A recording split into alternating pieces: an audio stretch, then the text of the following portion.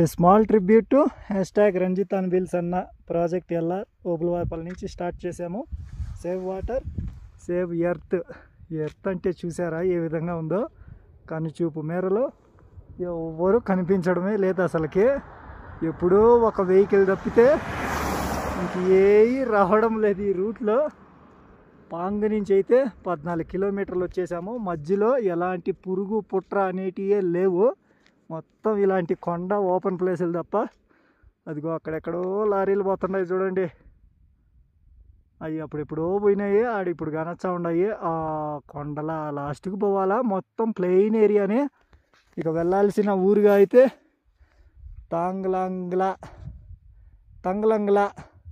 ఈ ఊరు 52 కిలోమీటర్లు. మధ్యలో అయితే ఎక్కడో 2 అంగడ్లుగా ఒక టీ బంకుగా ఏదో ఒకటి ఉందని ఒక లారీ అన్న అయితే చెప్పాడు.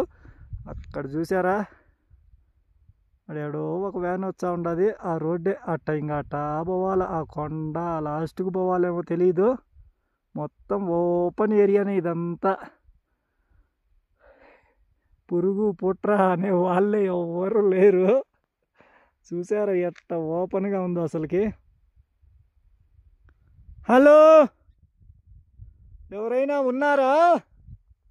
ఈ నెంబర్ రాళ్ళు తప్పితే ఇంకెవ్వరు లేరు, పోయేవాళ్ళు వచ్చేవాళ్ళు తప్పితే. అబ్బా, నిజంగా ఇంత ఓపెన్ ప్లేస్ అసలు సినిమాల్లో చూడడమే తప్ప రియల్గా ఇప్పుడు ఫీల్ అవుతున్నాను. అక్కడెక్కడో లాస్ట్కి వెళ్ళాలి, ఆ కొండ చివరికి. అక్కడెక్కడో ఆ తెల్ల కొండ దగ్గర నుంచి వచ్చాం.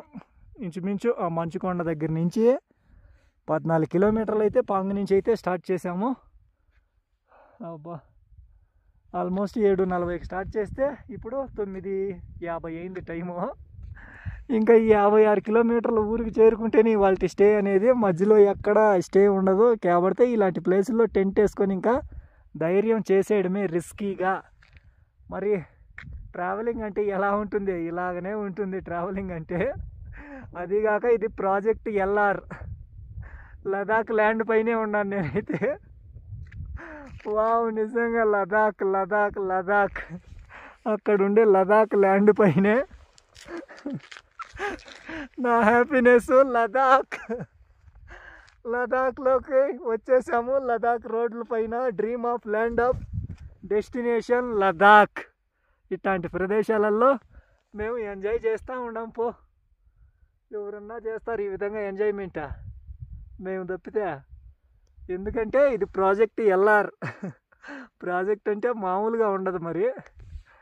చూస్తూ ఉండండి, శివ ఆన్ మ్యాస్ట్రో వీల్స్. చూసారా మ్యాస్ట్రో గాడు